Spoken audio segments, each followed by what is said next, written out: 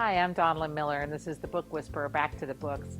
This week, I'd like to talk to you about summer reading. It's never too early to think about our students' reading lives over the summer. We know that we want them to read over the summer, but many of our students lose a lot of their book access each year when schools close. If you think about the students in your school, where do they get most of the books that they read? They get them from the school library and from their teachers' classroom library collections. But when we close school for the summer, many of our students lose their primary book access, which means that they may not have access to great books to read over the summer. Jimmy Kim's research from Harvard on the summer slump or the summer slide documents the decline in students' reading abilities from the end of one school year to the beginning of the next. What we found from research is that the only summer reading programs proven to prevent summer slump or summer slide or even improve students' reading achievement physically put books into the hands of children before they leave for the summer. This could be opening up the school library and having every student in the school check out books to read over the summer, but it could also be through your book fair right before summer break. I found some fantastic books in our book fair that I know would make great summer reading choices for a lot of kids. It's hard to maintain our nightly reading rituals during the summer sometimes because we have so many other fun things that we're doing.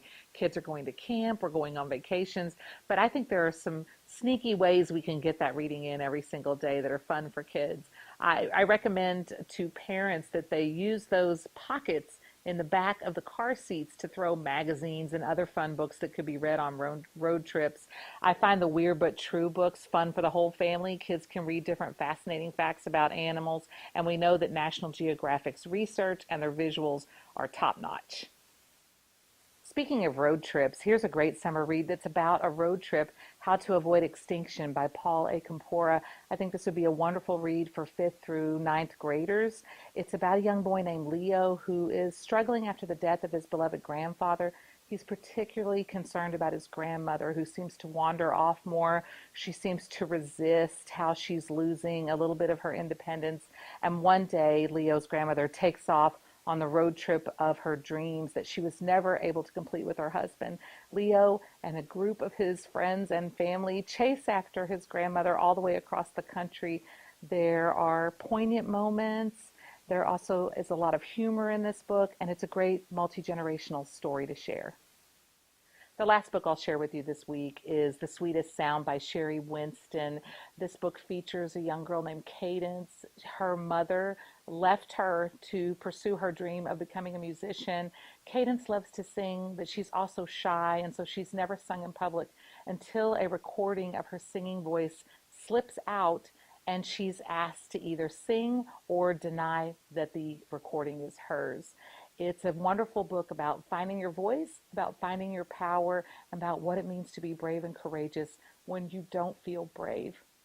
You are working really hard to help your students be successful, and they are working really hard too. But if we can't wrap our arms around this book access issue in the summer, it's going to be 2 steps forward and 1 step back for too many of our kids. It is vital that we ensure that every single child has physical access to books 365 days a year, and not just books on hand, but books that they are excited to read. I encourage you to check out our Scholastic Book Fair resources, to hold a summer book fair, to launch students successfully into that reading summer, and I wish you the best with your summer reading programs. Thank you for joining me this week.